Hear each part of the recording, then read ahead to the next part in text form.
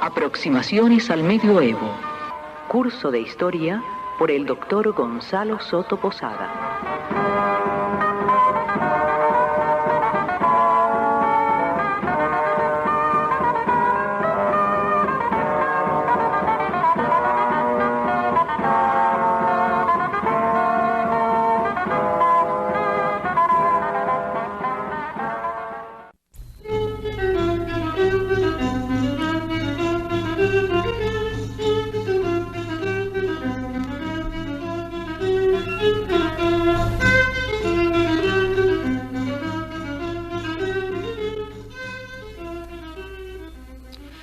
Continuando con nuestras aproximaciones al medioevo, nos ocuparemos hoy de nuevo de un tema poético literario. Es esa figura monstruosa, gigantesca de Dante Alighieri. Su vida, su tiempo, su contorno circunstancial, su producción poética, su divina comedia, serán entonces nuestros temas en torno a los cuales girará nuestra conferencia de hoy.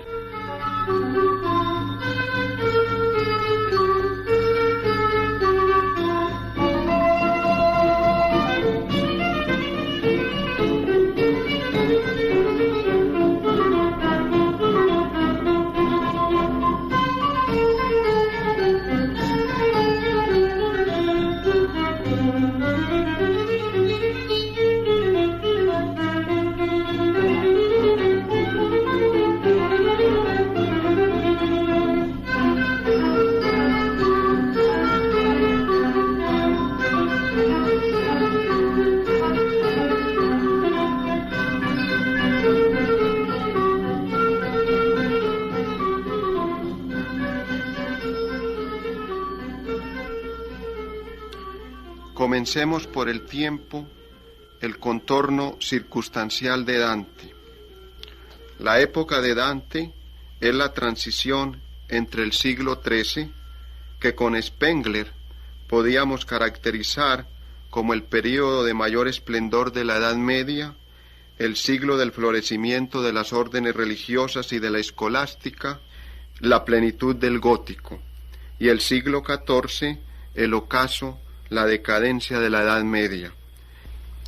Vive pues entre el 300, siglo XIII, y el 400, siglo XIV. Es una época en que en Italia hay fenómenos peculiares distintos del resto de Europa. En España ha comenzado a fraguarse la monarquía real. En Italia, prescindiendo del reino de Nápoles y de las dos Sicilias al sur, Sicilias disputadas entre las casas de Aragón y el rey de Francia, asimismo, prescindiendo de la parte central de Roma y la Campania, pertenecientes al papado, el norte es un semillero de urbes independientes, dominadas por tiranos y algunas con estructura de república, como Florencia. Desde el siglo XI, Florencia es una ciudad relativamente independiente. Después de la batalla de Canosa, en las luchas entre Gregorio VII y Enrique IV por las investiduras, esta, Florencia, obtiene una relativa independencia, pero bajo la protección del Papa. Así, surgen dos bandos, cuya historia influye mucho en Dante: los güelfos y los gibelinos. El Papa y el Emperador luchaban por el dominio del mundo, su predominio, e incluso Bonifacio VIII, Papa, se va a considerar como emperador. Los partidarios del Papa eran los güelfos, y los dos grandes centros políticos güelfos italianos eran los dos estados de Nápoles y Florencia, muy influidos por el Papa. Los gibelinos eran los partidarios del emperador. Pero las luchas de Dante en Florencia se deben a una división entre los güelfos de allí, blancos y negros. Los blancos defendían la autonomía de la ciudad, los negros las aspiraciones políticas del Papa. Dante va a ser blanco y después insistiremos en este punto. En cuanto a Florencia, debemos decir que como ciudad va a jugar un papel importantísimo a partir del siglo XIII. Con Buchar, en su célebre historia sobre el Renacimiento italiano, perfectamente decir que Florencia con el Renacimiento es el primer estado moderno. A diferencia de otras ciudades, por ejemplo Milán, o de otros estados vecinos a Milán, allí en Florencia era el mismo pueblo el que intervenía en la vida pública de un modo democrático, aunque el tirano siguiera dominando. Era pues una república democrática, pero con tiranía verdadera. Cuando los güelfos subían al poder, se iban contra los gibelinos y los güelfos, contrarios a los de su bando, fuera blanco o negro y viceversa. Es por lo anterior una ciudad que en Italia y en Europa va a cumplir un papel político importantísimo. Además, artísticamente, todo comenzará a girar en torno a Florencia. Nombres como Giotto, Botticelli, Miguel Ángel van a estar muy unidos al nombre de Florencia gracias a los Médicis. En toda esta problemática política, económica y social va a desenvolver Dante su producción poética.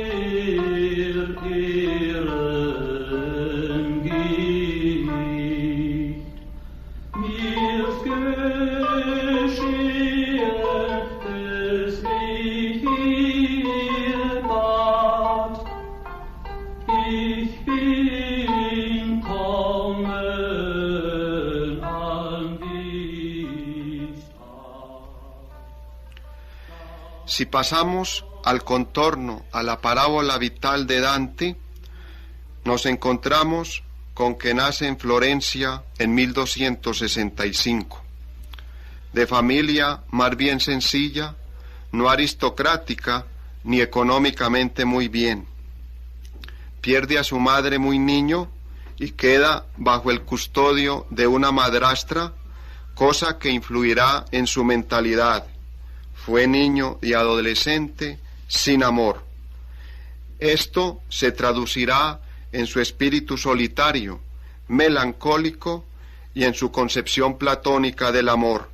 Así, a muchos llamará padre, por ejemplo, a Brumetto Latini, a quien nos lo pinta como padre y maestro.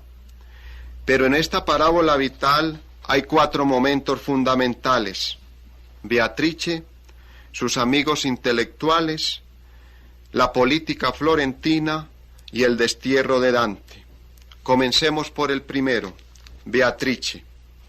Para conocer estas relaciones debemos fijarnos en su obra La Vita Nuova, la vida nueva. De aquí se deduce que a los 9 años Dante conoció una niña, Beatrice, hija de un tal Portinari, Beatrice Portinari. No lo saludó, pero Dante quedó transformado por el amor, que se hace un amor exaltado, traducido en poemas a Beatrice que llegan a sus oídos. El segundo encuentro es a los 18 años de Dante. Beatrice lo saludó, pero ya estaba casada con Simeón de Bardi. En un tercer encuentro no lo saludó, pues Dante estaba cortejando otras mujeres. En el cuarto encuentro, en un banquete, Beatrice se rió de él con sus amigas. En conclusión, a Beatrice Dante no le importa nada, solo le gustan sus versos por estar dirigidos a ella. Pero, a pesar de ello, Beatrice es para Dante la idealización de la mujer, la idealización del amor, como pasa en todos los amores platónicos. Es el mismo espíritu que se manifiesta en la poesía provenzal. Beatrice entonces aparece como símbolo, es la donna, la dama de su vasallaje poético, es la fe, es la teología, es la plenitud amorosa.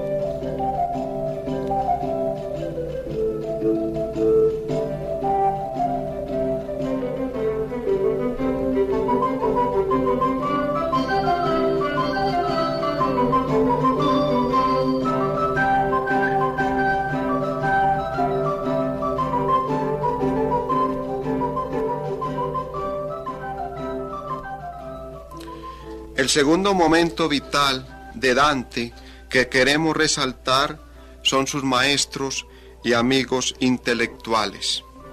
El primero es Guido Cavalcanti, poeta, vive en Provenza.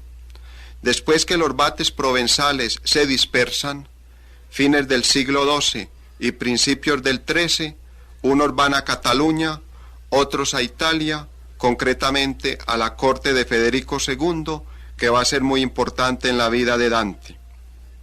En esta corte, muchos de los influidos por los provenzales renuevan los motivos y metros italianos. Es il dolce stil nuovo, el dulce estilo nuevo.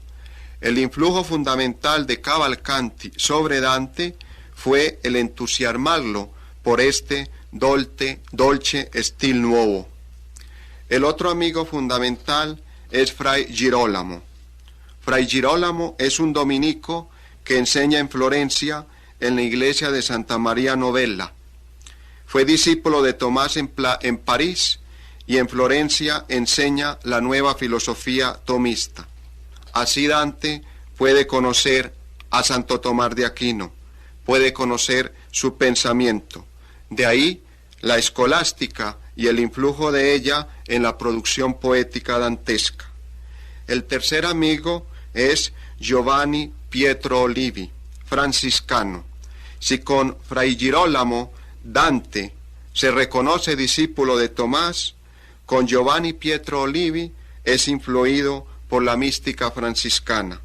Y dentro de la mística franciscana, el sentido de misticismo, en tanto que unión con la divinidad, en tanto que plenitud divina en el contacto con las cosas, va a respirar en toda su producción poética.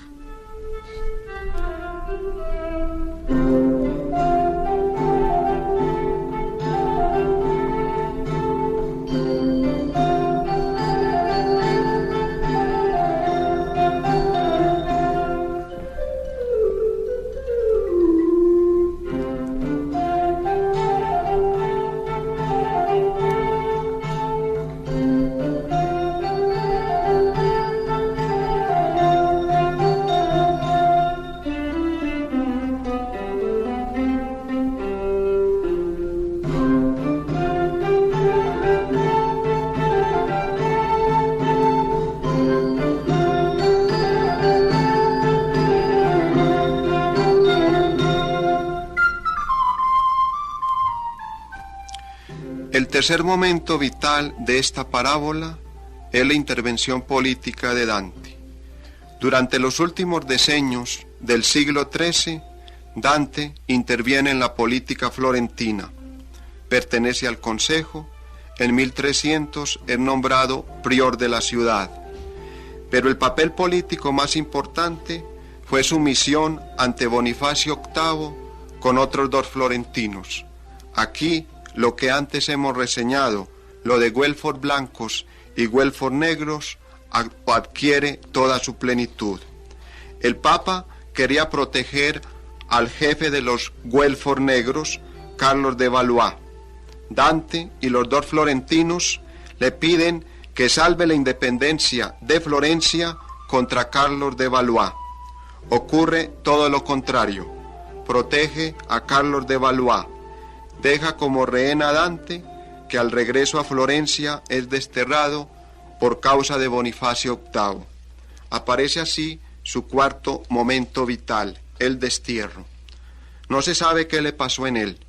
Vivió como peregrino y para muchos como mendigo, pero como poeta célebre podía ser recibido en muchas cortes.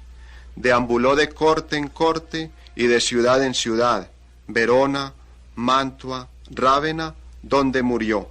En este lapso, más o menos 20 años, además de escribir su Divina Comedia, va a tener una experiencia importante. Su encuentro con Enrique VII, nuevo emperador de Alemania, conocido como Enrique de Luxemburgo. Baja a Milán este emperador para recibir la corona de hierro como rey de Lombardía. Quería ser emperador de romanos y ser coronado por el Papa, lo mismo que acabar con los principados independientes de Italia para unificar el imperio, pero no logró nada de lo anterior. Dante se entusiasmó con él. Es su célebre De Monarquía, pues era partidario de la unidad italiana y creyó que era el hombre encargado de unificar el imperio. Así se hace Gibelino. Pero Enrique no era muy hábil como guerrero. Dante lo excita a invadir a Florencia, pero Enrique fracasa. Así, Dante es condenado a la decapitación por los florentinos, pero no fue decapitado. Eso sí, su efigie fue quemada. En este destierro muere de malaria. Es comisionado para una embajada en Venecia por una pelea entre marinos de Rávena y Venecia. Al regresar de Venecia a Rávena, toma fiebres de malaria y muere. Es el año 1321.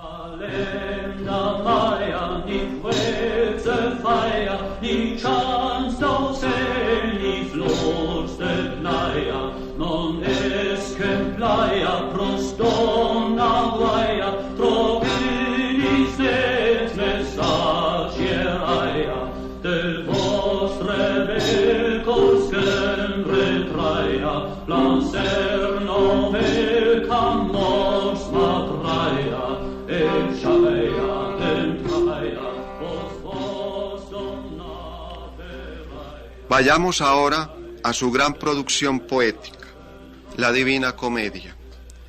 Esta fue escrita entre 1302 y 1321 durante su destierro.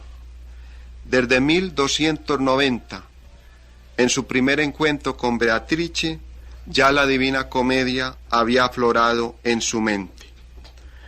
Formalmente está escrita en verso endecasílabo, de 11 sílabas. Este comenzó a ser usado en forma literaria, sobre todo por los trovadores provenzales, de ahí el dolce stil nuovo que hemos reseñado. Luego, en este movimiento del dolce stil nuovo, se difunde por Italia y será el verso por excelencia de los italianos. En cuanto a la estrofa, Dante emplea el terceto. Es una estrofa de 3 versos en decasílabos. El primero rima con el tercero, el segundo con el primero del terceto siguiente y así sucesivamente. Es entonces una rima encadenada. Ahora bien, ¿por qué el terceto? ¿Por qué eso del 3? La Divina Comedia también sufre el influjo de toda la épica alegórica medieval. Y en esta épica alegórica medieval, la corriente simbólica, los números como símbolos, tradición pitagórica, va a ser fundamental. En la Divina Comedia, por lo tanto, hay estructuraciones numéricas de carácter simbólico, cuya base es el número 3, que simboliza para Dante la Trinidad, de ahí el terceto. Cosmológicamente, Dante parte de la concepción tolemaica del cosmos para efectos de estructurar su Divina Comedia. Es el geocentrismo, la Tierra al centro del universo y a su alrededor las esferas celestes. Para Dante, el día representa el norte, el sur las antípodas. Al norte y centro pone a Jerusalén, al este el Ganges, al oeste las columnas de Hércules, el estrecho de Gibraltar.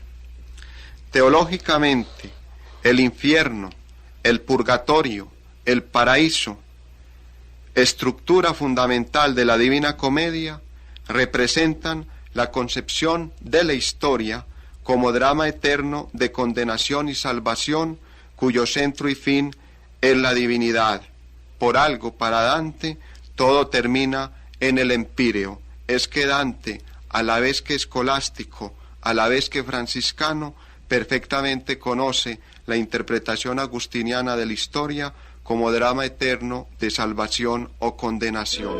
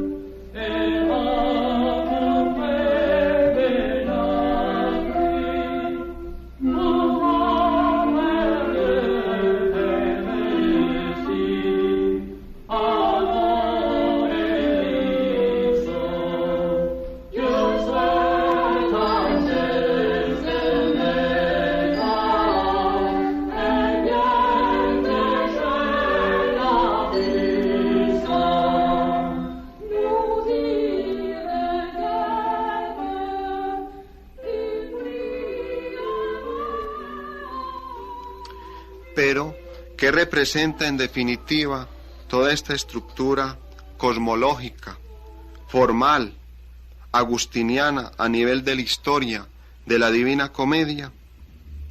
En primer lugar, creemos que la Divina Comedia es un poema enciclopédico. En ella, la tierra, el infierno, el purgatorio, el cielo, este mundo y el otro entran como puntos definitivos de su inspiración poética. Pero este carácter enciclopédico es histórico. Toda la historia, tanto del pasado como del presente, con sus figuras principales, es para Dante objeto de repliegue en toda la Divina Comedia.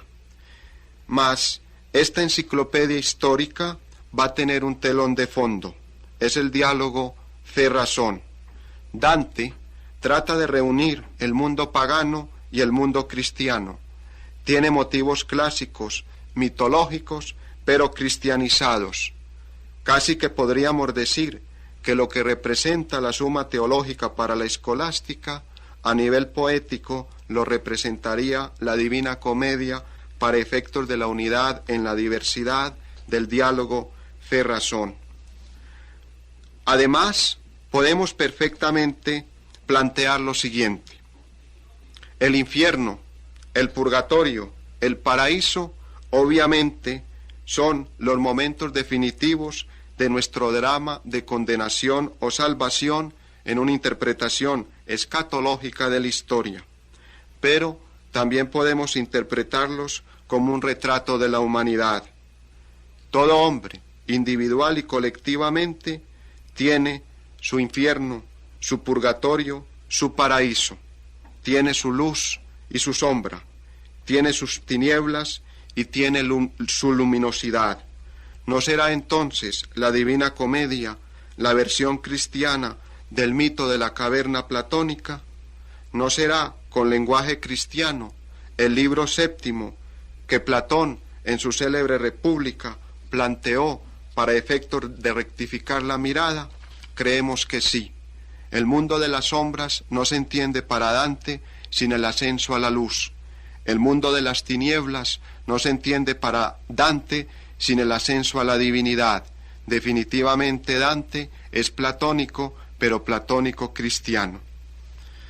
Mas, para terminar, podemos perfectamente decir con Brajoniv lo siguiente, comillas, sobre todos estos niveles científicos, políticos y teológicos, vive y actúa un mundo extraordinariamente rico y concreto en figuras y situaciones, un mundo que abarca, por un lado, la plena personalidad de Dante, esa personalidad temperamental, sensible, apasionada y amante de la justicia, y por el otro lado, toda su época, junto con sus personajes más representativos y toda la herencia cultural, incluida la mitología accesible al poeta, comillas.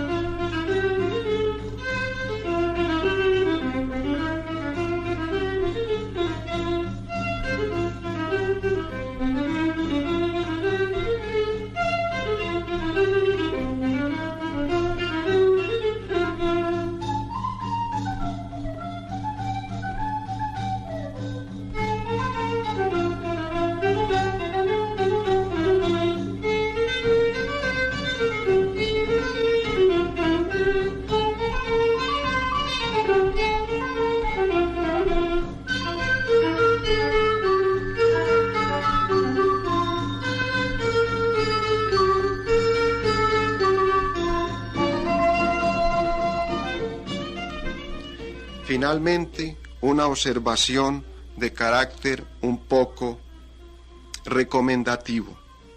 No busquemos datos eruditos en la Divina Comedia. No nos perdamos en su aparato técnico. No nos detengamos en sus figuras históricas enciclopédicas. Vivamos su poesía. Sigamos a Horacio para efectos de la Divina Comedia con su dulce et utile. La poesía nos interpreta. La poesía se goza como un objeto de dulcedad y de utilidad.